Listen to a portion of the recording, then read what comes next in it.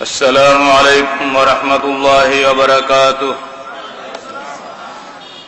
إن الحمد لله نحمده ونستعينه ونستغفره ونؤمن به ونتوكل عليه ونعوذ بالله من شرور أنفسنا ومن سيئات أعمالنا من يهده الله فلا مضل له ومن يضلل فلا هادي له ونشهد أن لا إله إلا الله وحده لا شريك له ونشهد أن محمدا عبده ورسوله.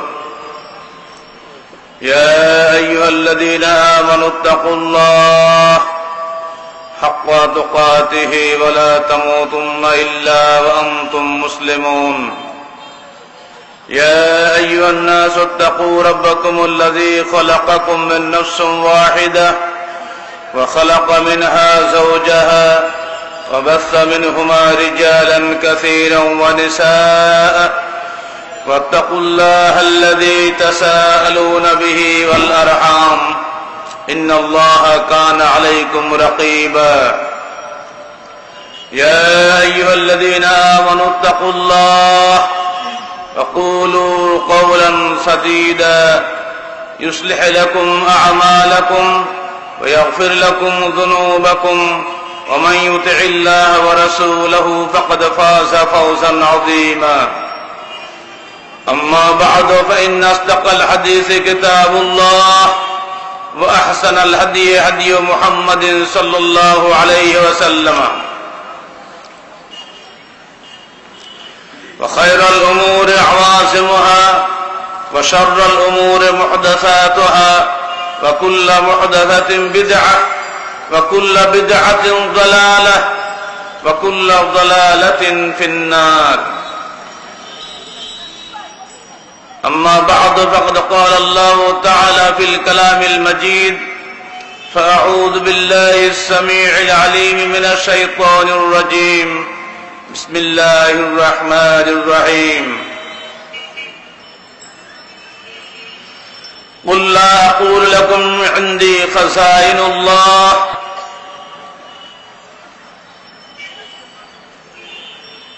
ولا أعلم الغيب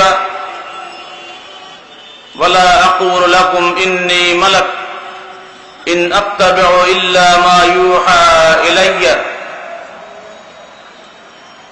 هل يستوي الأعمى والبصير أفلا يتفكرون.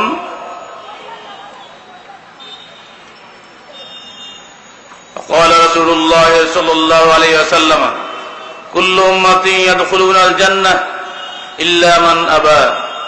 قالوا ومن أبى يا رسول الله؟ قال من أطاعني فدخل الجنة ومن عصاني فقد أبى. رواه البخاري. সম্মানিত সভাপতি, উপস্থিত উলামায়ে কেরাম এবং আহলে হাদিস আন্দোলন বাংলাদেশ সিলেট জেলা শাখা কর্তৃক আয়োজিত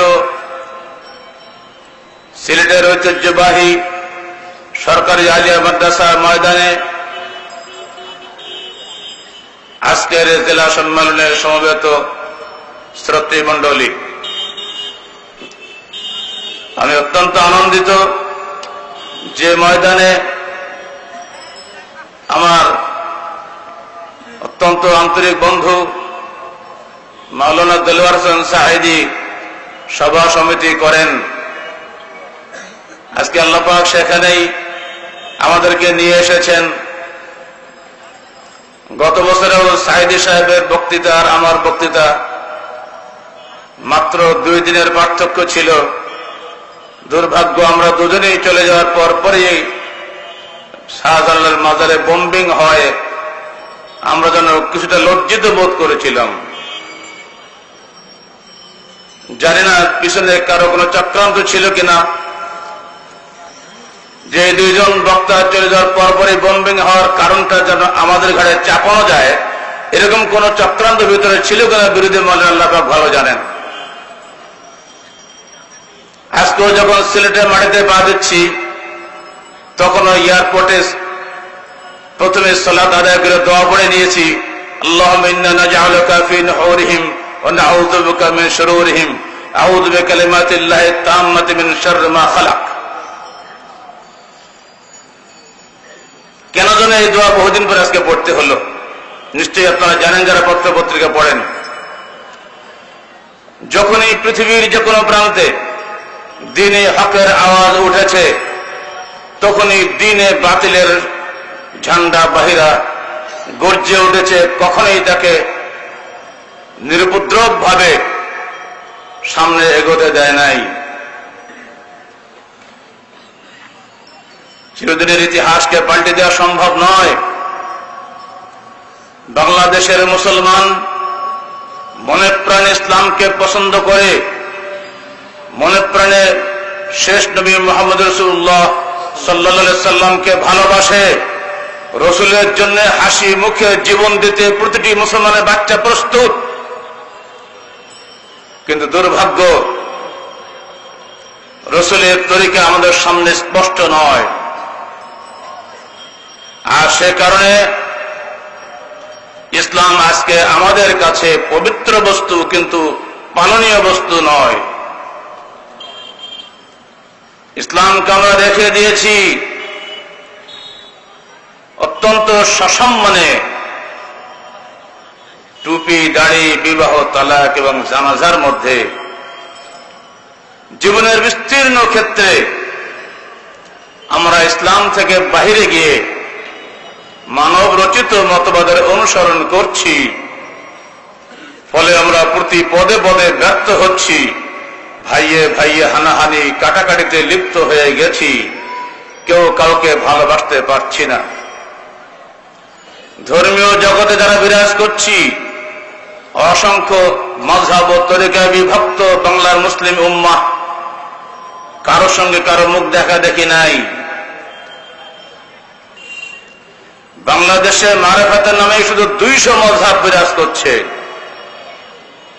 বাংলাদেশে পীরের সংখ্যা 2,98,1921 সালের বাংলাদেশ সরকারের শুমারি মোতাবেক। কোন পীরের সঙ্গে কোন পীরের মিল নাই, অথচ মাযহাবের দিক দিয়ে সবাই কিন্তু এক। রাজনৈতিক ময়দানে যারা বিচারণা করছেন, জাহাঙ্গীরনগর বিশ্ববিদ্যালয়ের জনৈক অধ্যাপক এর উপরেই শুধু গবেষণা করেছিলেন যে বাংলাদেশের দলের সংখ্যা কত।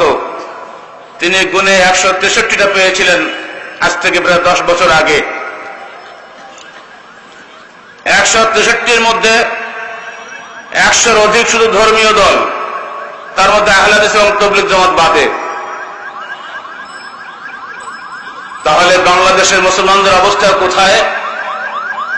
ভাই ভাই মিলতে পারছি না।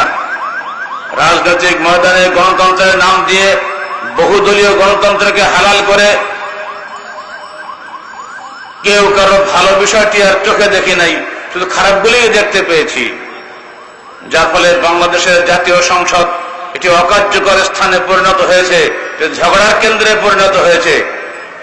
সরকারের হিসাব মোতাবেক জাতীয় সংসদ পরিচালনা করতে প্রতি মিনিটে 15,000 টাকা খরচ হয়। তাহলে এই জাতীয় সংসদে কত অসংখ্য গালিগালাজ এবং খাস্তা খেউড়ম পরনিন্দা পরচর্চা করা হয়। এত টাকা ব্যয় করে জনগণ বিচার করবেন। আখিরাত তো গেলই, দুনিয়ার অবস্থাটা কি? এসব কিছু আজকে নতুন নয়, বহু পুরানো জিনিস। পৃথিবী যখন এমনি করে মারামারি, কাটাকাটি, হানাহানিতে লিপ্ত ছিল, সেই সময় আখির নবী রাহমাতুল্লিল আলামিন, বিশ্ব মানবতা শান্তি দূত হিসাবে এসেছিলেন আপনার আমার প্রাণ প্রিয় নবী মুহাম্মদ রাসূলুল্লাহ সাল্লাল্লাহু আলাইহি ওয়াসাল্লাম। ওয়া মা আরসালনাকা ইল্লা রাহমাতাল লিল আলামিন। আমি তোমাকে প্রেরণ করেছি জগৎবাসীর রহমত হিসেবে। তিনি যখন এলেন আরবে, তখনকার অবস্থা কেমন ছিল? আপনারা হয়তো ভাববেন তখনকার মানুষ নাস্তিক ছিল।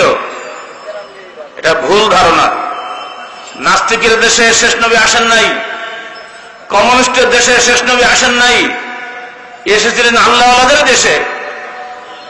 এই বিষয়টি অনেকের হয়তো বা খেয়াল থাকে না অনেক সময়। জাহেলি কবি লবিদ ইবনে রবিয়া জাহেলি কবি জুহাইর ইবনে আবি সালমা, যারা রাসূলের আগেই যাদের মৃত্যু হয়ে গেছে, তাদের কবিতাই সাক্ষ্য দিচ্ছে যে তারা আল্লাহকে মানতেন। জুহাইর ইবনে আবি সালমা তার সম্প্রদায়কে উপদেশ দিয়ে বলে যাচ্ছেন, ফালা তাকতুমান্নাল্লাহা মা ফি নুফুসিকুম লিয়াখফা ওয়া মাহমা ইয়াকতুমিল্লাহু ইয়ালামি ইউআখার ফায়ুদআ ফি কিতাবিন ফায়ুদাখার লিয়াউমিল হিসাব আও ইউআজ্জাল ফায়ুনকামি। ওদিকে লবিদুর রাবিয়া বলছেন, আলা কুল্লু শাইইন মা খারাল্লাহি বাতিলু ওয়া কুল্লু নাঈমিন লা মাহালাতা যাইলু। আল্লাহ রাসূল খুশিতে বলছেন, জাহেলি কবির মধ্যে সবচেয়ে উত্তম কবিতা যদি কিছু থাকে তাওহীদ ভিত্তিক, সেটা লবিদুর রাবিয়ার এই কবিতা। তিনি বলছেন, শুনে রাখো, দুনিয়ার সবকিছু ধ্বংস হয়ে যাবে, শুধুমাত্র আল্লাহর অস্তিত্বই টিকে থাকবে, আর একে কেউ ধ্বংস করতে পারবে না। এটা কি কোন নাস্তিক মানুষের কথা হতে পারে? জুহাইর বলছেন, হে আমার সম্প্রদায়, হে চুক্তি সম্পাদনকারী দুটি দলের নেতারা, শুনে রাখো, লা তাকতুমান্নাল্লাহা মা ফি নুফুসিকুম, তোমাদের হৃদয়ে চুক্তি ভঙ্গের যে বিশ্বাসঘাতকতা লুকিয়ে আছে, ওটাকে কখনোই তোমরা আল্লাহর নিকট থেকে লুকাতে পারবে না। যখনই লুকানোর চেষ্টা করবে তখন ওটা আল্লাহ পাক প্রকাশ করে দিবেন। আল্লাহ পাক ইচ্ছা করলে ওটাকে এই দুনিয়াতেই শাস্তি দিতে পারেন, অথবা ইচ্ছা করলে ইয়াউমুল হিসাব, কিয়ামতের দিনের জন্য রেখে দিতে পারেন। এই কবিতার মধ্যে যেমন আল্লাহর অস্তিত্বকে স্বীকৃতি দেওয়া হয়েছে, ঠিক তেমনি আখিরাতের জবাবদিহিতারও প্রমাণ মিলে। শেষ নবীর বিরুদ্ধে যুদ্ধ ঘোষণা করে আবু জাহল, আবু সুফিয়ান, আবু লাহাব যখন মক্কা থেকে মদিনা যাচ্ছেন, তখন তারা ঘর থেকে বের হয়ে 1000-এর বিশাল বাহিনী নিয়ে সর্বপ্রথম গিয়েছিল কিন্তু কাবা ঘরে, এবং সেখানে গিয়ে প্রার্থনা করেছিল কাবার গিলাফ ধরে, আল্লাহুম্মা ইন কানা মুহাম্মাদুন আলা হাক্কিন ফানসুরহু ওয়া ইন কুননা আলা হাক্কিন ফানসুরনা। হে আল্লাহ, যদি মুহাম্মদ হকের উপরে থাকেন তাহলে তুমি তাকে সাহায্য করো, আর যদি আমরা হকের উপরে থাকি, হে আল্লাহ তুমি আমাদেরকে সাহায্য করো। পুতুলের কাছে যায় নাই, প্রতিমার কাছে যায় নাই, কাবা ঘরে গিয়েছিল, কাবা ঘরে গ্লাভ ধরে কেঁদে কেঁদে আবু জাহেল বলেছিল, বলুন এটা কি তাওহীদের পরিচয় না নাস্তিক্যবাদের পরিচয়? নিঃসন্দেহে তারা আল্লাহকে বিশ্বাস করতেন, তারা আখিরাতকে বিশ্বাস করতেন, তারা হজে বিশ্বাস করতেন, কাবা গৃহকে হেফাজত করার জন্য তারা তাদের জান মালকে ব্যয় করতেন। এত সত্ত্বেও সেখানে নবী কেন আসতে হলো? কি কারণ ছিল যে নবীর সঙ্গে তাদের যুদ্ধ হলো? বদরের যুদ্ধ হলো, উহুদের যুদ্ধ হলো, আহজাবের জীবনে 27টা যুদ্ধ কেন করতে হলো? কেন নবীকে দাঁত ভাঙতে হলো? কেন নবীকে রক্ত প্রবাহিত করতে হলো?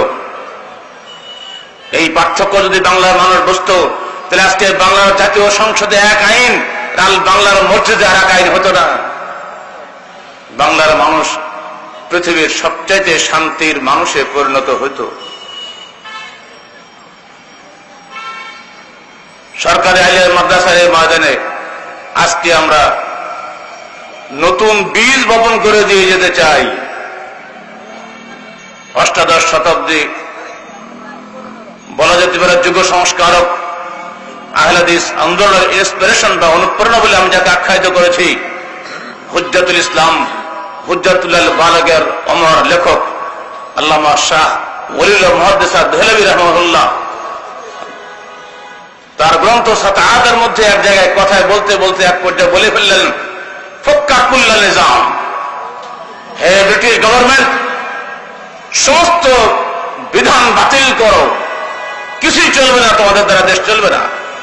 ওই পর্যন্ত গিয়ে তিনি কলম বন্ধ করে দিয়েছেন। আমরা ওখানে গিয়ে একটু যোগ করে দিয়েছি, ফক্কা কুল্লা নিজাম ওয়া আকিম নিজাম আল ওয়াহি আল খিতামি, যা বাংলা অনুবাদ সকল বিধান বাতিল করো, এই পর্যন্ত ওলিউল্লাহ দেহলভী বলেছেন। আর ওহির বিধান কায়েম করে এখান থেকে আমরা যোগ করেছি। 1994 সালের 29শে জুলাইতে ঢাকার ঐতিহাসিক মানিকনিয়া অ্যাভিনিউয়ে সম্মিলিত সংগ্রাম পরিষদের ডাকে আহত স্মরণকালের বৃহত্তম মহাসমাবেশে 20 লক্ষাধিক মানুষের কণ্ঠে মুহুর্মুহ প্রতিধ্বনিত হয়েছিল এই স্লোগান। যখন আল্লাহর এই বান্দার মুখ দিয়ে বেরিয়ে গেছিল, মাত্র 2 মিনিট 10 সেকেন্ডের বক্তৃতার মধ্যে শেষে বেরিয়ে গেছিল, সকল বিধান বাতিল করো, ওহী বিধান কায়েম করো। বাংলার মানুষ সেদিন 20 লক্ষাধিক কণ্ঠে আমাদের সাথে কণ্ঠে কণ্ঠ মিলিয়ে বলেছিল, সকল বিধান বাতিল করো, ওহীর বিধান কায়েম করো। সিলেট আলিয়া মাদ্রাসা ময়দানের শ্রোতৃ মণ্ডলী, আপনারা কি ওহীর বিধান কায়েম করার বিষয়ে আপনাদের অমত প্রকাশ করছেন না মত প্রকাশ করছেন? বলুন তাহলে আমার সঙ্গে, সকল বিধান বাতিল করো, ওহীর বিধান কায়েম করো। সারা পৃথিবীতে অশান্তির মূল কারণ হচ্ছে এখানে মানুষ ওহীর বিধান বাদ দিয়ে নিজের রায়ের বিধান কায়েম করেছে।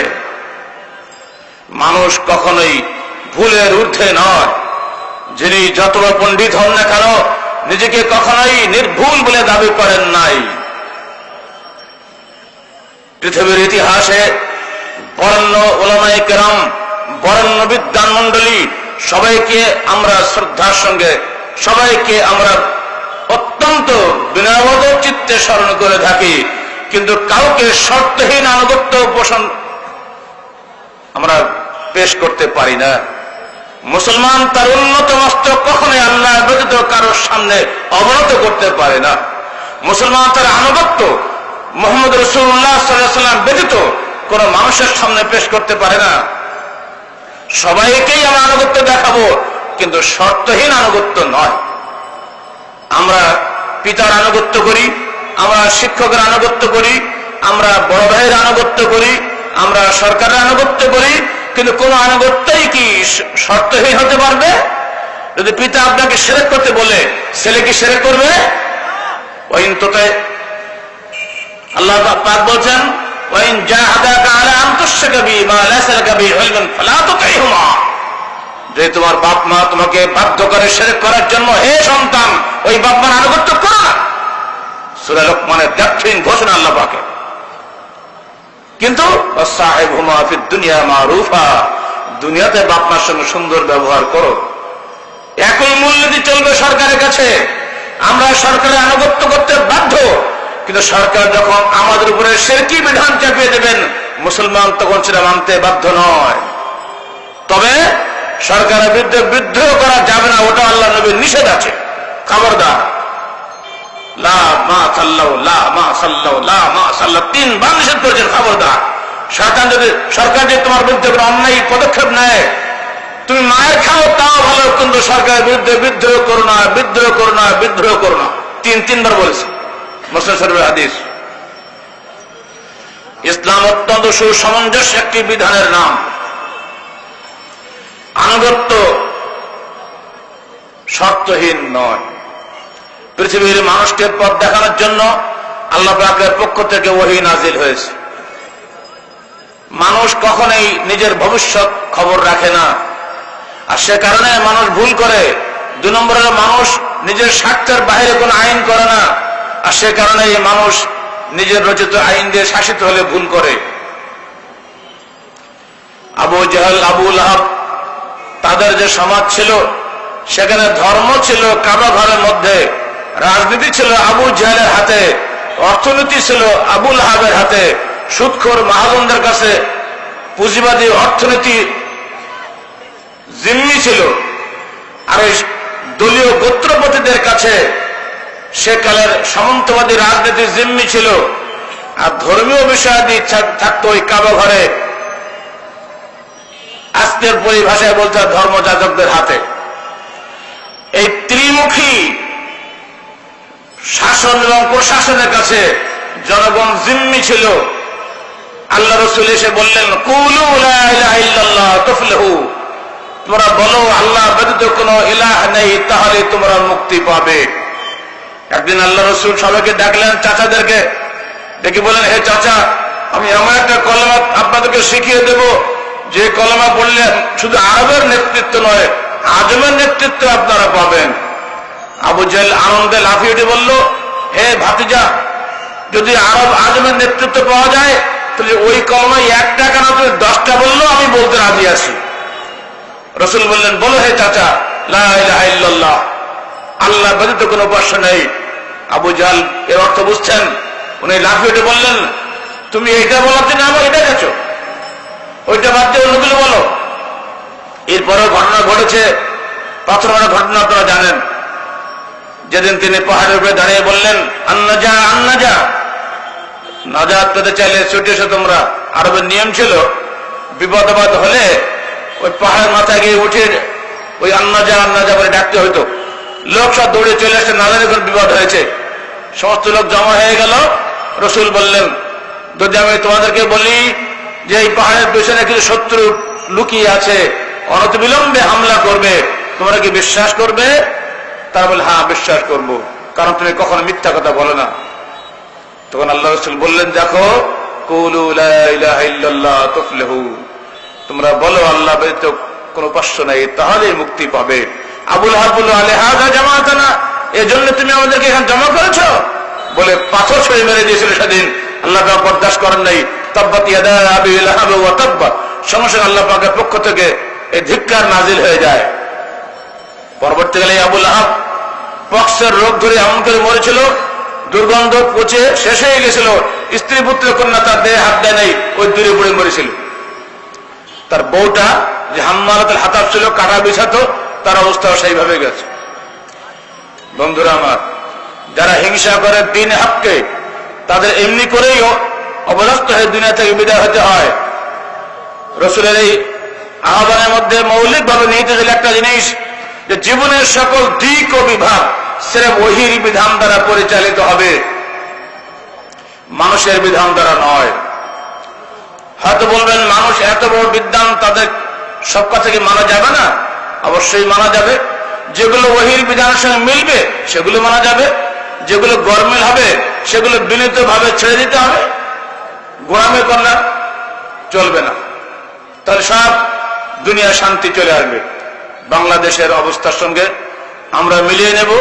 ধর্মীয় জীবন আমাদের কোথায়, রাজনৈতিক জীবন আমাদের কোথায়, অর্থনৈতিক জীবন আমাদের কোথায়, সঙ্গে সঙ্গে কোরআনী ব্যবস্থাটা কোথায়, মিলাতে পারলে দেখবেন কোনো সমস্যা নেই।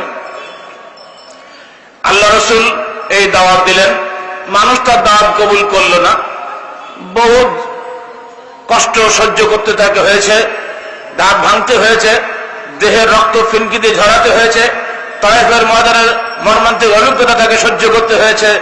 এত কিছু করার পরে মদিনার কিছু মানুষ তার দাওয়াত কবুল করলেন। তিনি মদিনায় ফিরে গেলেন। মদিনায় গিয়ে সেখানে মুনাফিকের পাল্লা পড়ে গেলেন। তাকে রিসিভ করলো সবাই সানন্দে বটে, কিন্তু কিছুদিনের মধ্যেই মুনাফিক শুরু হয়ে গেল। সে মুনাফিকদের নেতা ছিল আব্দুল্লাহ। আব্দুল উজ্জারা কিন্তু মুনাফিকি করে নাই। যারা প্রতিমা পূজা ছেড়ে দিয়ে মুসলমান হলো, তারা মুনাফিকি করে নাই, মুনাফিকি করেছিল আব্দুল্লাহ। শুধু একা নয়, বড় একটা দল তার পিছনে ছুটে জমা হয়ে গেছিল।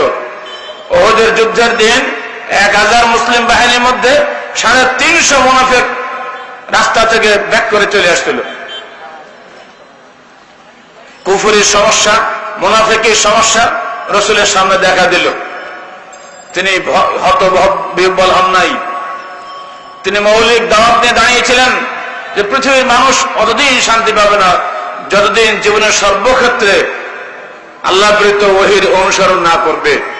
আল্লাহর ভাষায়, কুল লা আকুলু লাকুম ইনদি খাযাইনুল্লাহ ওয়ালা আ'লামুল গায়বা ওয়ালা আকুলু লাকুম ইন্নী মালাক ইন আত্তাবি'ু ইল্লা মা ইউহা ইলাইয়া কুল হাল ইয়াস্তাবিল আ'মা ওয়াল বাসীর আফালা ইয়াতাফাক্কারুন।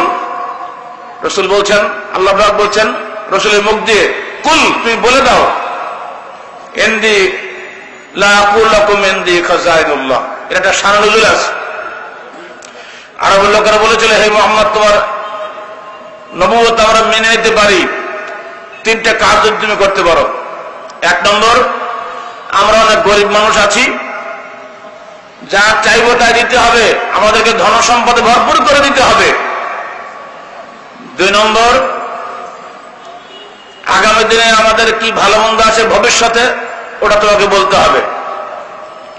3 নম্বর, মানুষ নয়, ফেরেশতা নবী চাই। তুমি তো আমাদের মতো বিবাহ শাদী করেছো, বাজার ঘাট করে খাও, ব্যবসা বাণিজ্য করো, তোমাকে আমরা নবী মানবো না, ফেরেশতা নিয়ে আসতে হবে।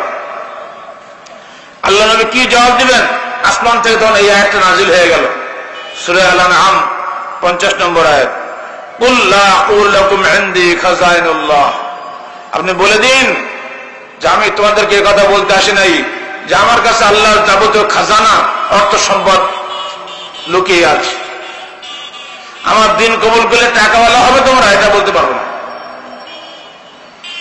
ওয়ালা আ'লামুল গায়বা, আমি গায়েবের খবর রাখি না, আগামী দিনে কি হবে তোমাদের ভাগ্যে আমি বলতে পারবো না। 3 নম্বর, ওয়ালা আকুলু লাকুম ইন্নী মালাক, আমি যখন ফেরেশতা এটাও বলতে পারবো না। আমি মানুষ, মানুষের নবী। মানুষের নবী কোন ফেরেশতা হয় না। দুর্ভাগ্য বাংলাদেশের মুসলমানদের, এখন আল্লাহ সম্পর্কে আমাদের সিদ্ধান্ত হয় নাই। আল্লাহ কি নিরাকার না আকার আছে? তিনি কি আরশে থাকেন না সর্বত্র বিরাজমান? এতটুকু সিদ্ধান্ত আজ পর্যন্ত আলেমরা দিতে পারলেন না। বড় দুঃখের কথা। আমাদের রাসূল মাটির মানুষ না নূরের মানুষ, এই বিষয়ে এখনো বাংলাদেশের সিদ্ধান্ত হয় নাই। যদি এগুলো নিয়ে ভোটাভুটি হয় তাহলে নিঃসন্দেহে সত্য পরাজিত হবে, মিথ্যা বিজয় লাভ করবে। আল্লাহ নিরাকার এটাই আমরা জানি, অথচ আমাদের মতো সুন্দর সুন্দর আকার যিনি তৈরি করেন তার নিজের কি কোনো আকার নাই? লন্ডনের ইম্পেরিয়াল বিজ্ঞান কলেজের প্রফেসর জর্জ বিশপ কানের পর্দা নিয়ে গবেষণা করছেন যে কানের পর্দার মধ্যে এমন কোন ক্ষমতা আছে যে মানুষ কথা বললে শুনতে পায়। হাতের চামড়া শোনা যায় না, পায়ের চামড়া দিয়ে শোনা যায় না, নাকের চামড়া দিয়ে শোনা যায় না, কানের বড় বাইরের চামড়া দিয়ে শোনা যাচ্ছে না, ভিতরে সামান্য সূক্ষ্ম কি পর্দা রয়েছে যার কারণে মানুষ শুনতে পায়। দীর্ঘদিন গবেষণা করার পরে তিনি ব্যক্ত হয়ে এক পর্যায়ে বলে উঠলেন, ও মাই গড, হাউ মারভারাস আর দাই ওয়ার্কস। তিনি বললেন, he who created ear has he not hear. নিজে কিন্তু নাস্তিক, কিন্তু অটোমেটিক মুখ দিয়ে বেরিয়ে গেল, যিনি নিজে কান সৃষ্টি করেন তিনি নিজেকে শুনতে পান না? নিজের ভিতর থেকেই বলে দেওয়া হলো যে মহান সত্তা এত সুন্দর কান সৃষ্টি করেন তিনি নিজেকে শুনতে পান না। বহু আগেই আল্লাহ বলে দিয়েছেন, লাইসা কামিসলিহি শাইউন ওয়া হুয়াস সামিউল বাসীর। আল্লাহ তুলনীয় কিছুই নাই, তিনি সবকিছু শোনেন, সবকিছুই দেখেন। এখন তিনি কোথায়? আল্লাহ জবাব দিচ্ছেন, আর রহমান আলাল আরশি ইস্তাওয়া।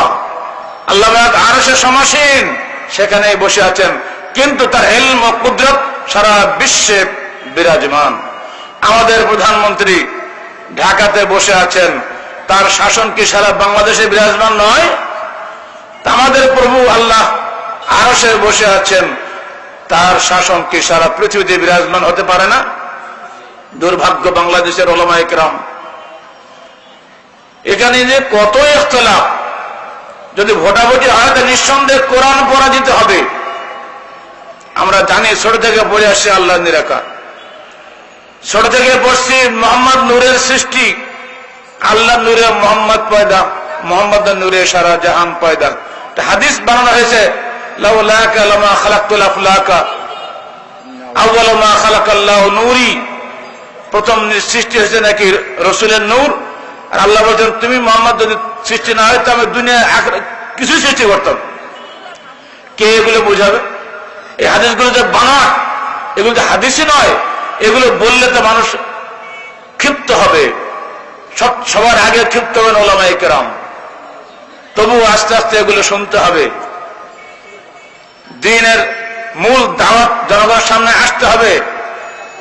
যে দেশের মুসলমান এখন পর্যন্ত আল্লাহ এবং তার রাসূল সম্পর্কে সঠিক সিদ্ধান্ত আসতে পারেনি, তার দেওয়া বিধান সম্পর্কে কেমন করে সঠিক সিদ্ধান্ত আসবে? আমরা ধরে রেখেছি, religion should not be allowed to come into politics. It is merely a matter between man and God. ধর্ম হচ্ছে আল্লাহ এবং বান্দার মধ্যে একটা প্রাইভেট সম্পর্কের নাম, বৈশ্বিক জীবনের প্রবেশাধিকার নাই। ইসলাম ওই ধর্মের নাম নয়। অন্যান্য ধর্ম আর ইসলাম কখনোই এক নয়। অন্যান্য ধর্ম মানব রচিত, অন্যান্য ধর্ম অপূর্ণ, কিন্তু ইসলাম আল্লাহ প্রেরিত, ইসলাম পরিপূর্ণ। আল-ইয়াওমা আকমালতু লাকুম দীনাকুম ওয়া আতমামতু আলাইকুম নি'মাতি ওয়া রাদিতু লাকুমুল ইসলাম দীনা। বিদায় হজের ঐতিহাসিক ময়দানে আল্লাহ রাসূলের উপরে যখন এই আয়াত নাজিল হয়, আল্লাহ পাক বলছেন, আজকের দিনে আমি পরিপূর্ণতা দান করলাম তোমাদের দ্বীনকে এবং সম্পূর্ণতা দিলাম তোমাদের উপরে আমার নিয়ামতকে, এবং আমি রাজি হয়ে গেলাম তোমাদের জন্য ইসলামের উপরে। ইহুদি পণ্ডিত বলছেন, হে ওমর, যদি এই আয়াত আমাদের উপর নাজিল হইতো, আমরা এই দিনটা ঈদের দিন ঘোষণা করতাম। আজ পর্যন্ত পৃথিবীর কোন ধর্মের জন্য আল্লাহর পক্ষ থেকে এরকম সনদ নাজিল হয় নাই। ওমর ফারুক বললেন, হে মূর্খ, ওই দিন আমরা দুটাই ঈদ পালন করেছিলাম, কারণ ওই দিনটা ছিল হজের দিন, বিশ্ব মুসলিমের সবচেয়ে বড় ঈদের দিন। ওই দিনটা ছিল জুমার দিন, ওটা আর একটা ঈদের দিন, দুই ঈদ হয়ে গেল না। বন্ধুরা আমার, পৃথিবীর শান্তির চাবিকাঠি রয়েছে ওহীর বিধান পালনের মধ্যে। এখন প্রশ্ন দাঁড়াবে, এই ওহীর বিধান কোথায় পাবেন?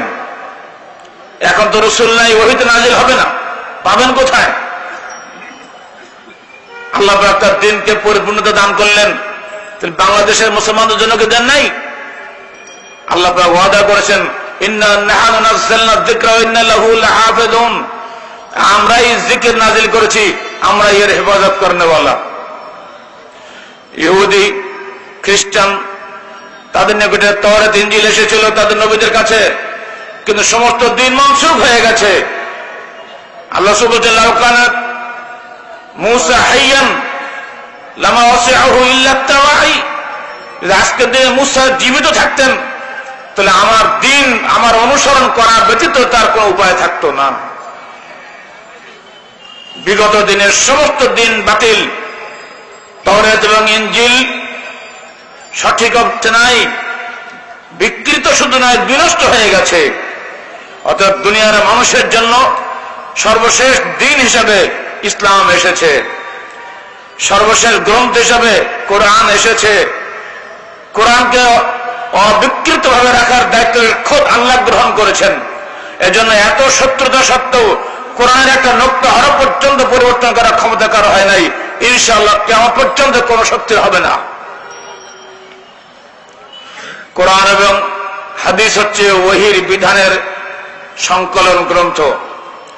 তবে হাদিসের মধ্যে সহিহ হাদিস হিসাবে যেগুলো প্রতিপাদ্য হিসাবে আমাদের নিকটে এসেছে, এইগুলি নিঃসন্দেহে আপনি গ্রহণ করতে পারেন। জাল হাদিস, জয়ীফ হাদিস গ্রহণ করা ঠিক হবে না। জাল হাদিস তো টোটালি গ্রহণ করা যাবে না। মুসলমানদের মধ্যে দলীয় সংকীর্ণতার কারণে একে অপরের বিরুদ্ধে হাদিসকে আশ্রয় হিসেবে গ্রহণ করেছে। উদাহরণস্বরূপ শিয়া মযহাবের লোকেরা সুন্নি মযহাবের লোকদেরকে ডাউন করার জন্য একটা দুটো নয় প্রায় 3 লক্ষ হাদিস তৈরি করেছে। এমনি করে উদাহরণ দিলে আরো বহু পাওয়া যাবে। এই সবগুলো থেকে ছাঁটাই বাছাই করার জন্য আল্লাহ পাকের পক্ষ থেকে কুতুবে সিত্তার মুহাদ্দিসিন কিরাম, ইমাম বুখারী, ইমাম মুসলিম, ইমাম তিরমিজি, ইমাম নাসাই, ইমাম আবু দাউদ, ইমাম ইবনে মাজাহ, ইমাম আহমদের মতন জগৎ বরেণ্য মনীষীবৃন্দ আল্লাহ পাকের খাস রহমত হিসেবে দুনিয়ায় নাজিল হয়েছিলেন। আজকের আধুনিক বিজ্ঞান বলছে একজন মানুষের মস্তিষ্কে একসঙ্গে 3.5 লক্ষের বেশি শব্দ মুখস্থ রাখা সম্ভব নয়। কিন্তু বিজ্ঞানকে চমকে দিয়ে ইসলাম দেখিয়ে দিয়েছে, ইসলাম জগতের বরেণ্য মনীষী সমস্ত মুহাদ্দিসদের উস্তাদ, উস্তাদুল মুহাদ্দিসিন আল ফুকাহা ইমাম আহমদ বিন হাম্বল শাইবানী আল বাগদাদি রাহিমাহুল্লাহ একসঙ্গে 10 লক্ষ হাদিসের হাফেজ ছিলেন। শুধু হাদিসের হাফেজ নন, প্রতিটি হাদিসের সিলসিলা সনদ তার থেকে রাসূল পর্যন্ত যে সমস্ত উস্তাদদের নিকট তিনি হাদিস শুনেছেন প্রত্যেকের নাম এবং বাবার নাম মুখস্থ রাখা। 4টিখানে কথা মনে করবেন না ভাই। আমরা যারা বসে আছি, বুড়ো হয়েছি, আমরা আমাদের বাবার নাম, দাদার নাম, পরদাদার নাম পর্যন্ত বলতে পারি, তারপরে আর বলতে পারি? অধিকাংশ লোক আর বলতে পারবেন না। অথচ আল্লাহ তাকে কি মেরিট দিয়েছিলেন, কি মেধা দিয়েছিলেন। যেখানে কম্পিউটার ফেল, সেখানে ইমাম আহমদের মেধা ব্যক্ত হয় নাই। আল্লাহ পাকের খাস রহমত এগুলা। আর তো আহমদ সৃষ্টি হয় না, আর তো বুখারের জন্ম হয় না, আর তো মুসলিমের জন্ম হয় না। কারণ আল্লাহর রসুলের হাদিসগুলো সব সংকলিত হয়ে আসছে। অতএব আর ইমাম আহমদ আর ইমাম বুখারীর জন্মগ্রহণের প্রয়োজন নাই বলেই আর জন্ম হয় না। এটা আল্লাহ পাকের ওয়াদা, সব মওজুদ আপনার সামনে। আমরা যারা পরে জন্মগ্রহণ করেছি, এটা আমরা বরং সৌভাগ্যবান। কারণ চার ইমামের যুগে সমস্ত হাদিস একত্রিত হয় নাই, সংকলিত হয় নাই। তাদের মৃত্যুর পরেই আরো সুন্দরভাবে সব সংকলিত হয়েছে। আর এইগুলো এখন আমাদের সামনে মওজুদ হয়ে আছে। ওহীর বিধান মান্য করা আগের থেকে এখন বেশি সহজ। আপনি কি করে খাবেন, কি করে চলাফেরা করবেন, কি করে ধর্ম করবেন, কি করে রাজনীতি করবেন, কি করে অর্থনীতি করবেন, কি করে দাফন করবেন, কি করে কাফন পরাবেন, কি করে বিবাহ শাদী করবেন, কিতাব খোলেন, অধ্যায় রচনা করা হয়েছে, সব জবাব পাবেন। এমনকি কিভাবে চুল আশ্রাইতে হবে, এর উপরও হাদিসে একটা অধ্যায় রচনা করা হয়েছে। যারা সায়েন্সের ছাত্র, সায়েন্সের অধ্যায় খুলে বের করুন। বুখারী শরীফে, মুসলিম শরীফে অসংখ্য হাদিস পাবেন। শুধু মেডিকেল সায়েন্সের উপরে বুখারী শরীফে 200 হাদিস রয়েছে। কোরআনের 11টি আয়াতে বিজ্ঞান বহন করে। আজকে সকালে রাজশাহীতে মর্নিং ওয়াক করার সময় একজন মুহাদ্দিস এবং তিনজন ছাত্র জিজ্ঞেস করছে, স্যার এই পৃথিবীকে ডিঙিয়ে যাওয়া যায় না? এখন কংকর্ডের যুগ, রকেটের যুগ, প্লেনে উঠে পৃথিবী পাড়ি দিয়ে আরেক পৃথিবীতে চলে যাব, বা এর তলায় কি আছে দেখবো, এগুলো কি হবে না? শুনে রাখো আল্লাহ পাকের দার্থহীন ঘোষণা, ইয়া মা'আশারাল জিন্নি ওয়াল ইনসি ইন ইসতাতা'তুম আন তানফুযু মিন আকতারিস সামাওয়াতি ওয়াল আরদি ফানফুযু লা তানফুযুনা ইল্লা বিসুলতান। আল্লাহ বলে দিয়েছেন, হে জিন এবং ইনসান জাতি, যদি তোমরা ক্ষমতা রাখো যে আমার দেওয়া আসমান ও জমিনের এই সীমারেখা ভেদ করে চলে যাবে, যাও দেখে। লা তানফুযুনা ইল্লা বিসুলতান। আল্লাহ পাকের বিশেষ ক্ষমতা ব্যতীত যাওয়ার কোনো ক্ষমতা নাই।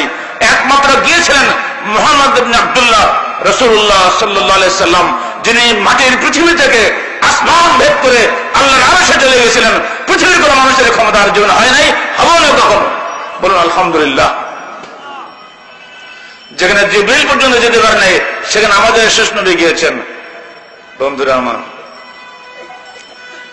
আল্লাহ পাকের প্রেরিত প্রতিটি বিধানই, প্রতিটি আয়াতই অসংখ্য বিজ্ঞানের ডিপো। হতভাগা মুসলমান, কাছে কোরআন পেয়েছি, অনুসরণ করতে পারি নাই। আজকে যাকে মায়ানমার বলছেন, একদিন এটাকে ব্রহ্মদেশ বলা হতো। এর রাজধানী যাকে এখন ইয়াঙ্গুন বলছেন, একসময় তাকে রেঙ্গুন বলা হতো। সেখানের একটি বিশাল সম্মেলনে তৎকালীন পৃথিবীর সেরা বিজ্ঞানী প্রতিভা জর্জ বার্নার্ড শ যখন এসেছিলেন, তাকে জিজ্ঞেস করা হয়েছিল এই পৃথিবীর সবচেয়ে নিকৃষ্ট জাতি কারা? তিনি বলেছিলেন মুসলমানরা। এবার জিজ্ঞেস করা হলো পৃথিবীর সবচেয়ে উৎকৃষ্ট জাতি কারা? তিনি বললেন মুসলমান। আবার প্রশ্ন করা হলো একই সঙ্গে আপনি একই জাতিকে উৎকৃষ্ট এবং নিকৃষ্ট বলছেন, কারণটা কি?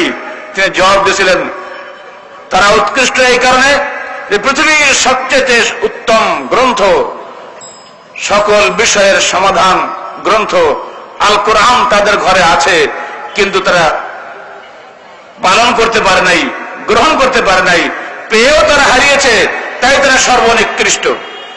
আর উৎকৃষ্ট সেই মানুষগুলোকে বলছি যারা সেটাকে গ্রহণ করেছিলেন, আমল করেছিলেন, জীবনে প্রতিপালন করেছিলেন, বাস্তবায়ন করেছিলেন, যাদের প্রথম কাতারে আমরা দেখতে পাই আবু বকর, ওমর, ওসমান, আলীর মতন বিশ্ববিখ্যাত জগৎ বরেণ্য মহানায়ক বৃন্দকে, যাদের জীবনে কোনো অন্যায় কলুষ কালিমা স্পর্শ করে নাই, যারা দুনিয়ার সমস্ত ক্ষমতা হাতে পেয়েও কোন অহংকারী হিসাবে দুনিয়াতে চলাফেরা করতেন না।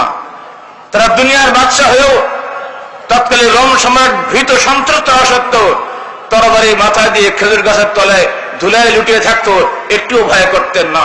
সেই মানুষ তোরা পাবে কোথায়? বন্ধুরা আমার, আজকের দিনে আমাদেরকে বিষয়গুলো ভাবতে হবে। ওহীর বিধান কোথায় পাবো? কোরআন এবং সহিহ হাদিসে পাবো। আমল করব কিভাবে? এইখানে গিয়ে গোলমাল। এইখানে গিয়ে আমরা এক একজনকে আমাদের অনুসরণীয় পূজনীয় ব্যক্তি হিসেবে সামনে রেখে দিয়েছি। ফলে ভেলায়েত এবং ইমামতের পর্দা ছিন্ন করে নবুয়তের কাছে গিয়ে শর্তহীনভাবে মাথা নত করার ক্ষমতা আমরা হারিয়ে ফেলেছি। যারা ডিস্টার্ব করছেন, যারা ওলিয়া উলিয়ার অনুসারী, তারা মনে করে নিয়েছেন ভেলায়েতের পর্দা ভেদ করে ওখানে যাওয়া যাবে না, এখানেই আমার সবকিছু। ফলে তাসাউফের শায়েখের একটা থিওরি আওড়িয়ে তারা কবরে সিজদা করছেন। ভেবে নিয়েছেন যিনি মারা গিয়েছেন, কবরে শুয়ে আছেন, তার ওসিলায় আমি আল্লাহর কাছে যাব। কিন্তু এই ধারণাটা ঠিক নয়। আল্লাহ পাক কোরআনে বলেছেন, ওমা আনতা বিমুসমিইন মান ফিল কুবুর, হে মুহাম্মদ সাল্লাল্লাহু আলাইহি সাল্লাম, যিনি কবরে শুয়ে আছেন তুমি তাকে কিছুই শোনাইতে পারো না। তাহলে আমরা কেমন করে শোনাবো? অনুরূপ ভাবে আমরা যারা বিভিন্ন ব্যক্তিকে সামনে রেখে দিয়েছি ধর্মীয় অঙ্গনে, রাজনৈতিক অঙ্গনে, তাদেরকে আমরা শর্তহীন আনুগত্য দান করেছি, অথচ তারা কিন্তু এটা বলে যান নাই যে তোমরা আমাদেরকে নিঃশর্ত আনুগত্য দেখাও। এখানে গিয়েই আমরা ওহীর বিধানের নিকটে যেতে গিয়েও ফিরে এসেছি, যেতে পারি নাই। ফলে আজকে ভাই ভাইয়ে বিশাল একটা বেড়া সৃষ্টি হয়ে গেছে। আহলে হাদিস আন্দোলন এই বেড়া ভাঙার আন্দোলন। আল্লাহর নির্দেশ ছিল ওয়াতাসামু বিহাবলিল্লাহি জামিআন ওয়া লা তাফাররাকু, তোমরা আল্লাহ প্রেরিত রজ্জুকে সমবেতভাবে বজ্রমুষ্টিতে ধারণ করো, দলাদলি করো না, ফেরকা ফেরকা বিভক্ত হইও না। আমরা ওখানে ওয়াতাসামু বিহাবলিল্লাহ বাদ দিয়ে ওয়াতাসামু বিআব্দুল্লাহ করে ফেলেছি। হাবলুল্লাহ হল আল্লাহর রজ্জু, কোরআন হাদিস, ওইটা না ধরে আমরা আব্দুল্লাহ মেলা বানিয়ে ফেলে দিয়েছি। ধর্মীয় ক্ষেত্রে এক আব্দুল্লাহ, রাজনৈতিক ক্ষেত্রে এক আব্দুল্লাহ, অর্থনৈতিক ক্ষেত্রে এক আব্দুল্লাহ, যার ফলে আমরা আল্লাহ রসুলের কাছে নিঃশর্তভাবে যেতে ব্যর্থ হচ্ছি। বন্ধুরা আমার, উদাহরণস্বরূপ কিছু সামনে রাখলে আর সুবিধা হবে বুঝতে আমাদের। ধর্মীয় ক্ষেত্রে আমরা আহলে হাদিস, অনেক আহলে হাদিস ভাই আছেন, এটা খুব খুশি খবর, তারা গর্বের সঙ্গে বলেন আমরা আহলে হাদিস। বন্ধুবর ডক্টর মুসলিউদ্দিন আহলে হাদিস সম্পর্কে বিস্তারিত ব্যাখ্যা দিয়েছেন। তার সঙ্গে আমি কিছু সংযোজন করছি। যদি কেউ মনে করেন রফুল এদেন এবং আমিন বলাটে আহলে হাদিসের সবচেয়ে বড় লক্ষণ, তিনি আর এক মারাত্মক ভ্রান্তির মধ্যে পড়ে যাবেন। আহলে হাদিস একটা আন্দোলনের নাম। আহলে হাদিস কোন প্রকৃত অর্থে, প্রচলিত অর্থে কোন ফেরকার নাম নয়, কোন ব্যক্তি ভিত্তিক ফেরকার নাম নয়। এটা একটি আদর্শ ভিত্তিক আন্দোলনের নাম, যে আদর্শের মৌলিক বক্তব্যই হচ্ছে ব্যক্তির অন্ধ অনুসরণ নয়, ওহী বিধানের সশ্রদ্ধ অনুসরণই আমার জীবনের কাম্য। আসুন পবিত্র কোরআন ও সহিহ আলোকে জীবন গড়ি। ধর্মীয় জীবনে আপনি কোরআন হাদিস অনুযায়ী সালাত আদায় করছেন, সিয়াম পালন করছেন, খুবই ভালো কথা। কিন্তু বৈষয়িক জীবনে আপনি কোরআন হাদিসকে এড়িয়ে চলে গেলেন। আপনি যখনই এখান থেকে বেরিয়ে ব্যবসা করার জন্য বাজারে বসবেন সিলেট শহরে, সেখানে গিয়ে যদি আপনি সুদ খান, ঘুষ খান, যদি ওজনে কম দেন, খরিদ্দারকে ঠকানোর চেষ্টা করেন, তাহলে আপনি কিন্তু হাদিসকে অগ্রাহ্য করলেন, কোরআনী বিধান থেকে দূরে সরে গেলেন। আপনি সুন্দর জামা গায়ে দিয়ে, হাতে তসবিহ নিয়ে অফিসে কাজ করার সময় যদি ঘুষ খান আর মনে করেন এগুলো দুনিয়াবি ব্যাপার, প্রতি বছর হজ করেন আর চিল্লা যান আর টঙ্গি যে আখেরি মনোযোগে শরীক হন, আর যদি মনে করেন আমার সমস্ত গুনাহ ধুয়ে সাফ হয়ে গেল, এত সহজ নয়। সুদ খাওয়াটা বৈষয়িক জীবন, বলুন, বাংলাদেশের শুধু নয়, পাকিস্তান আমল থেকে এই পর্যন্ত যারা আমরা বাস করছি, আমাদের জন্ম, বিশেষ করে আমার জন্ম ব্রিটিশ আমলের শেষ দিকে। এটাও বলা ঠিক হবে না। পাকিস্তান আমলের একবারে প্রথম বছর বললেই হয়, অর্থাৎ 48 সালের ফেব্রুয়ারি মাসের দিকে। পাকিস্তান এবং বাংলাদেশ দুটা কাল আমি দেখেছি। তখন যে শাসন ছিল ইসলামের নামে, আজকেও বাংলাদেশে একই শাসন আছে ধর্মনিরপেক্ষতার নামে। পাকিস্তান আমলে যারা আমার সঙ্গে জন্মগ্রহণ করেছেন তারা বুকে হাত দিয়ে বলুন, পাকিস্তান সরকার ইসলামী প্রজাতন্ত্রের ঘোষণা করেছিলেন, কিন্তু তারা কি তাদের শাসন ব্যবস্থা থেকে সুদকে হটিয়ে দিতে পেরেছিলেন? তাদের জীবনে কি সুদকে তারা হারাম করতে পেরেছিলেন? ঠিক একই অবস্থা বাংলাদেশের। আজকের অর্থনীতিতে সুদ সমানভাবে অপ্রতিহত গতিতে এগিয়ে চলেছে। অর্থমন্ত্রী সাইফুর রহমান আপনাদের সিলেটের কৃতি সন্তান। আর এক কৃতি সন্তান সাবেক অর্থমন্ত্রী এম.এস. কিবরিয়া অত্যন্ত মর্মান্তিক ভাবে দুনিয়া থেকে বিদায় গ্রহণ করেছেন। আমরা তার জন্য অন্তর থেকে ব্যথিত এবং তার জন্য আমরা আমাদের নিজের পক্ষ থেকে এবং সংগঠনের পক্ষ থেকে তীব্র প্রতিক্রিয়া ব্যক্ত করে সকল পত্র পত্রিকায় দিয়েছি। আজও দাবি করে যাচ্ছি, যে কোনো মূল্যে প্রকৃত দোষীদেরকে খুঁজে বের করে দৃষ্টান্তমূলক শাস্তি দাও। এই দুই কৃতি সন্তান আমলেই আমরা সংগঠনের পক্ষ থেকে দাবি করেছিলাম, আপনারা বৃদ্ধ হয়ে গেছেন, জীবনে আর খুব বেশি দিন বাঁচবেন না, কিছুই না করুন, অন্তত বাংলাদেশের মুসলমানদেরকে সুদের হারাম থেকে বাঁচিয়ে দিয়ে যান। কারণ সুদের গোনা 70 স্তরের সর্বনিম্ন স্তর হল নিজের মায়ের সঙ্গে জেনা করার সামিল। এই কঠিন গোনা থেকে বাংলার যুবকদেরকে আপনারা বাঁচিয়ে যান, যারা চাকরি পায় না, অভাবের তাড়নায় তরুণী ভাগ্যা স্ত্রীর মুখের দিকে তাকিয়ে, বৃদ্ধা মায়ের শুষ্ক মুখের দিকে তাকিয়ে বাধ্য হয়ে সুদী ব্যাংকে চাকরি গ্রহণ করে। এদের মুখের দিকে একবার তাকান। এরা কিন্তু সুদের চাকরি গ্রহণ করতে চায় না, বাধ্য হয়ে নিচ্ছে। হে সরকার, কিছুই না করো, এটা সুদটাকে হারাম করে দিয়ে যাও। সাবেক অর্থমন্ত্রীও শোনেন নাই, বর্তমান অর্থমন্ত্রীও শোনেন নাই, বরং জাতীয় সংসদে তাচ্ছিল্যের সাথে বলে দিলেন, সুদ না হলে কি এই যুগে দেশ চলবে? হে সাইফুর রহমান, বাংলাদেশের মানুষের রুজির মালিক তুমি নও, বাংলার মানুষের রুজির মালিক আল্লাহ, পৃথিবীর সকল মানুষের রুজির মালিক আল্লাহ। সুদকে হারাম করো, সুদকে বাতিল করো, বাংলার মানুষ তোমার জন্য দোয়া করবে। আল্লাহ পাকের আসমান থেকে অসংখ্য রহমত বাংলার মাটিতে নাজিল হয়ে যাবে, তোমার দেশের মানুষ না খেয়ে ইনশাআল্লাহ মরবে না। ওয়ালাউ আন্না আহলাল কুরআ আমানু ওয়াত্তাকাউ লাফাতানা আলাইহিম বারাকাতুম মিনাস সামাওয়াতি ওয়াল আরদ। আল্লাহ বলেন, যদি আমার উম্মত, যদি হে আমার মুমিন বান্দারা, যদি আমি এই জনপদের মানুষেরা আল্লাহ পাকের উপরে ঈমান স্থাপন করে, শুনে রাখো আমি বলে যাচ্ছি, আল্লাহ বলছেন আমি তাদের উপরে আসমান এবং জমিন থেকে রুজির বরকত সময়ের সমস্ত দরজা খুলে দেব। কত খাবে তোমরা? আজকে আমাদের সরকার বাংলাদেশের মাটির তলের যে তরল সোনার রিপোর্ট আমাদেরকে শুনিয়েছেন, যা শুনলে আনন্দে গদগদ চিত্তে আল্লাহর রহমতের প্রতি অনুগত হয়ে যেতে হয়। বর্তমান আমেরিকার মাথা পিছু আয়ের পরিমাণ বার্ষিক নাকি $362। বাংলাদেশের মাটির নিচে যে তেল এবং গ্যাস রয়েছে, যদি এগুলো কখনো উত্তোলন করা সম্ভব হয়, তাহলে বাংলাদেশের মাথা পিছু আয় দাঁড়াবে $4,445। বলুন কত খাবেন আপনি? শুধু ঈমান চাই, আল্লাহর তাওয়াক্কুল চাই, ওহীর বিধান মেনে চলার জন্য ঘোষণা চাই। সরকার কালকে বলুক, দেখবেন আল্লাহর পক্ষ থেকে কেমন রহমত নাজিল হয়। শুনবেন রহমতের খবর।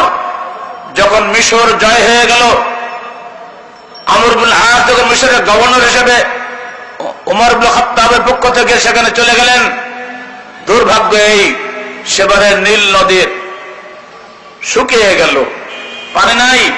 নীল নদের পানির উপরে ভরসা করে মিশরের মানুষের রুজি রোজগারের ব্যবস্থা হয়। সমস্ত মিশরের লোকরা বলে বসলো, মুসলমান একটা অলক্ষণে জাতি, এরা মদিনা থেকে এসে দেশ দখল করেছে, আমাদের উপরে আল্লাহর গজব নাজিল হয়ে গেছে, এদেরকে হটাও। আমর ইবনে আস খলিফাতুল মুসলিমিনের কাছে চিঠি লিখলেন, হে খলিফা, কি করব আমি এখন? এদেশের মানুষ খেতে পাচ্ছে না, আপনি আমাকে সাজেশন দিন, পরামর্শ দিন। ওমর ইবনে খাত্তাব চিঠি লিখলেন, মেন ওমর ইবনে খাত্তাব আমিরুল মুমিনিন ইলা বাহরিন নীল আনা ওয়া আনতা আব্দুল্লাহ। বাকি অংশটা মনে আসছে না। ইন কুনতা তাজরি বিআমরিল্লাহ ফাজরি।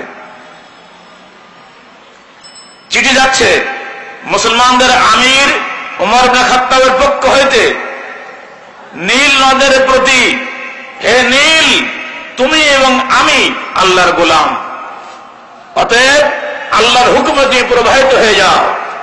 চিঠি লিখে তিনি দিলেন ভাঁজ করে। গভর্নর আমর ইবনে আসকে বললেন, হে গভর্নর, তুমি বিসমিল্লাহ বলে আমার পক্ষ থেকে নীল নদের মাঝখানে চিঠিটা রেখে দিও। গভর্নর সসম্মানে আল্লাহর নাম নিয়ে বিসমিল্লাহির রহমানির রহিম বলে চিঠিখানা নীল নদের পানিতে ফেলে দিলেন। সঙ্গে সঙ্গে কোথা থেকে পানি ছিল নীল নদের বক্ষ ভেদ করে লক্ষ লক্ষ কোটি কোটি গ্যালন পানি এসে জমা হয়ে গেল। সমস্ত নীল নদ ভরপুর হয়ে গেল। দুকুল ছাপিয়ে মানুষের মধ্যে হাসি ফুটে উঠল। নীল মিশরের মানুষ আবার শান্তিতে বসবাস শুরু করলো। বলো আলহামদুলিল্লাহ। আজকেও পদ্মার মুখ শুকিয়ে গেছে। প্রতিবেশী রাষ্ট্র আমাদের সঙ্গে অবন্ধু সুলভ আচরণ করছেন। যদিও ভারতের নাগরিকদেরকে আমরা ভালোবাসি, কিন্তু সেদেশের সরকার বাংলাদেশের সঙ্গে অবন্ধু সুলভ আচরণ করেছেন। এটা বাস্তব সত্য। বাংলাদেশের চারিপাশে 54টি নদীর অভিন্ন নদীর মুখ তারা বেঁধে দিয়েছেন। আবার সিলেটের টিপাই মুখ বাঁধ প্রকল্প তারা চালু করতে যাচ্ছেন। আমরা ভাবে প্রতিবাদ করছি সিলেটকে মরুভূমি করার জন্য। প্রতিবেশী রাষ্ট্র যদি এই ব্যবস্থা গ্রহণ করে, নিঃসন্দেহে তাদেরকে আমরা বন্ধু রাষ্ট্র বলে আর ঘোষণা করতে চাই না। হে ভারত, তোমরা আমাদেরকে সুখে মারার জন্য ফোরাতের কুলে যেভাবে হোসেনকে মারার জন্য এজিদ চেষ্টা করেছিল, তোমরাও আমাদের সামনে এজিদীয় শাসন কায়েম করো না। ওই নদীর পানি আল্লাহর দেওয়া পানি, ওখানে যেমন তোমাদের অধিকার আছে, ওই পানিতে আমাদের অধিকার আছে। অতএব উজানের দেশ হিসাবে তোমরা পানি ছেড়ে দাও, বাদ দিও না। বাংলার 15 কোটি মানুষকে সুখে মার এই বিধান কখনই বরদাস্ত করা যাবে না। যদি আমাদেরকে সুখে মারার চেষ্টা করো, আবার সেই ওমরের মতো শাসক বাংলার দেশে প্রতিষ্ঠা লাভ করবে। আবার যদি সেই বিসমিল্লাহ বলে আল্লাহর রহমত কামনা করে বাংলার মানুষ যদি এই সুরমা বরাকের বুকে আবার এগিয়ে যায় তৌহিদের কলমা নিয়ে, ইনশাআল্লাহ এখানেও আবার শুকনো নদীর বুকে পানি ফিরে আসবে। আল্লাহ পাক রহমত করলে আমাদেরকে তোমরা শুকিয়ে মারতে পারবে না। বন্ধুরা আমার, শুধু একটাই সিদ্ধান্তে আসতে হবে, আমরা তৌহিদে বিশ্বাসী, আমরা সার্বিক জীবনটা আল্লাহর আনুগত্যে ব্যয় করতে চাই। 2 নম্বর, বিধান হিসাবে মানবরচিত বিধান নয়, আল্লাহ প্রেরিত ওহীর বিধান চাই। যে বিধান আছে পবিত্র কোরআন এবং সহিহ হাদিস সমূহের মধ্যে, এই বিধান বাস্তবায়নের ক্ষেত্রে কোন মাযহাবী সংকীর্ণতা, কোন তরিকাগত সংকীর্ণতা, কোন রাজনৈতিক দলীয় সংকীর্ণতা যেন আমাদের বাধা হয়ে না দাঁড়ায়। তা কোরআন সকল মানুষের কল্যাণে এসেছে। অনেকের ধারণা যদি এখানে ইসলামী খেলাফত কায়েম হয়, হিন্দুরা যাবে কোথায়, খ্রিস্টানরা যাবে কোথায়? তারা বুঝতে পারেন না যে কোরআন শুধু মুসলমানের জন্য নাযিল হয়েছে। না, এটা ভুল চিন্তা। কোরআন এসেছে সকল মানুষের কল্যাণের জন্য। আর আমাদের রসুল শুধু আমাদের রসুল নন, তিনি হিন্দুর রসুল, তিনি ইহুদির রসুল, তিনি খ্রিস্টানের রসুল, তিনি বিশ্ব মানবতার রসুল। শুধু তাই নয়, তিনি জিন ইনসানের রসুল, তিনি গরু ছাগলের পর্যন্ত পক্ষী পশু সবার রসুল। তিনি বলছেন বয়স্তলে সাকালাইন। সেই বিশ্ব নবীকে আমরা সংকীর্ণ অর্থে শুধু মুসলমান নবী বানিয়ে ফেলে দিয়েছি। এটা ভুল হচ্ছে। বন্ধুরা আমার, আসুন আমরা ইসলামকে একটু উদার ভাবে চিন্তা করি। আহলে হাদিস আন্দোলনের মূল বক্তব্য হচ্ছে ওইটাই, যে মানুষের বিধান নয়, রাজনৈতিক ক্ষেত্রে, অর্থনৈতিক ক্ষেত্রে, ধর্মীয় ক্ষেত্রে যেসব বেড়া আমরা দাঁড় করে দিয়েছি, এই বেড়া ভেঙে দিন। মুসলমানকে আসুন ভাই হিসেবে বুকে আমরা গ্রহণ করার চেষ্টা করি। জাতীয় সংসদে 2টা ইসলামী দল কেন হবে? 2 দল ভেঙে 1 দল হয়ে যাওয়ার চেষ্টা করুন। যারা আছেন ধর্মনিরপেক্ষ দল, তারাও মুসলমান, তাদেরকে বলছি সব দিক থেকে ফিরে আসুন। আহলে হাদিস আন্দোলনকে কেউ সংকীর্ণ চিত্তে দেখবেন না। আহলে হাদিস আন্দোলন ইসলামের মৌলিক আদি রূপ প্রতিষ্ঠার আন্দোলন। আজকে শেষের দিকে আমাকে বলতে বাধ্য হতে হচ্ছে জঙ্গিবাদ সম্বন্ধে। হতভাগা সাংবাদিকেরা জিহাদ এবং জঙ্গিবাদকে এক করে ফেলেছে। সাংবাদিক সম্মেলন করে দেখলাম ইসলাম সম্পর্কে সামান্যতম জ্ঞান তাদের মধ্যে নাই। কি দুর্ভাগ্য এই দেশের, যারা উচ্চ শিক্ষিত সবকিছু তারা বুঝে, খালি ইসলামটাই বুঝে না। ইসলামের প্রাইমারি নলেজ পর্যন্ত তাদের মধ্যে নাই। ভয়েস অফ আমেরিকা থেকে আমার সাক্ষাৎকার নিচ্ছে, আমাকে প্রশ্ন করছে যে আপনারা যে খেলাফত কায়েম করবেন, তাহলে 4 খলিফা 3 খলিফা নিহত হলে কেন? এটা কোনো প্রশ্ন হলো? ডেইলি স্টারের সাংবাদিক জিজ্ঞেস করছে আপনারা যেভাবে রাষ্ট্র কায়েম করবেন, এই রাষ্ট্র কায়েম করতে গেলে কিভাবে করবেন? গণতন্ত্র ছাড়া পৃথিবী কেমন করে চলবে? তাকে বোঝানোই মুশকিল। তাকে অবশেষে বললাম, বাবা শোনো, বর্তমান পৃথিবীর 189টি রাষ্ট্রের মধ্যে 117টি রাষ্ট্রে গণতন্ত্র চলছে। তুমি দেখাও তুলনামূলকভাবে গণতান্ত্রিক রাষ্ট্রসমূহে কোথাও শান্তি আছে কি না। পৃথিবীর কোন গণতান্ত্রিক রাষ্ট্রে হানাহানি মারামারি কাটে কাটে ছাড়া কি আছে বলো? তোমরা স্যার এটা ঠিক কথা বলেছেন আপনি। তার গণতন্ত্রের দল করা ফরজ, আর দলাদলি করলে মারামারি ভাবা ফরজ, এক অপরের সঙ্গে পরনিন্দা করাটা ফরজ হয়ে যাবে। তখন এটা স্বাভাবিক। যিনি বিরোধী দল তিনি বিরোধী মনে করেই তো সরকার দলের সমালোচনা করবেন। যিনি শুরু থেকেই বিরোধী তিনি কি আপনার পক্ষে আসবে নাকি? যে নামই হলো বিরোধী, সে বিরোধিতা করবেই। অতএব যতই সেখানে আপনি শান্তির বাণী শোনান, সহমর্মিতার বাণী শোনান, কাজে লাগবে না। তাই ইসলাম একটা কমপ্লিট কোড অফ লাইফ। তার রাজনৈতিক দৃষ্টিকোণ আছে, তার অর্থনৈতিক দৃষ্টিকোণ আছে, এগুলো প্রশ্ন করুন। এদেশের রাজনীতিবিদদের কাছে আমার অ্যাপিল থাকবে, জিহাদ এবং জঙ্গিবাদকে এক করে দেখবেন না। জিহাদ মুসলমানের জীবনের ফরজ। প্রতি মুহূর্তে মুসলমান জিহাদ করবে কুসংস্কারের বিরুদ্ধে, অন্যায় অসত্যের বিরুদ্ধে। এই জিহাদি জাজবা ধ্বংস হয়ে গেছে বলেই আজকে মুসলমানরা যাবতীয় অন্যায়কে মেনে নিচ্ছে। কথা কলম ও সংগঠনের মাধ্যমে মুসলমান যাবতীয় অন্যায় অত্যাচার বিরুদ্ধে জিহাদ করবে। যদি কখনোই কেউ সশস্ত্র যুদ্ধের কষ্ট কল্পনা করেন, তাদেরকে বলতে হবে মুসলমানদের রাষ্ট্র ব্যবস্থা আছে বাংলাদেশে, রাষ্ট্রের হুকুম ব্যতীত কেউ অস্ত্র তুলে নিতে পারবে না। রাষ্ট্র যখন মনে করবে যে আমার সেনাবাহিনী একা পাচ্ছে না, অতএব হে জনগণের যুব সম্পদ তোমরা এগিয়ে আসো, রাষ্ট্রকে সহযোগিতা করার জন্য আমাদের যুবকরা এগিয়ে যাবে। রাষ্ট্রের হুকুম ব্যতীত কোন যুবক হাতে অস্ত্র গ্রহণ করতে পারবে না। আসসালামু আলাইকুম ওয়া রাহমাতুল্লাহি ওয়া বারাকাতুহু। সম্মানিত আজকের এই অনুষ্ঠানের প্রধান অতিথি, বিশেষ অতিথিবৃন্দ, সিলেটের প্রত্যন্ত অঞ্চল থেকে আগত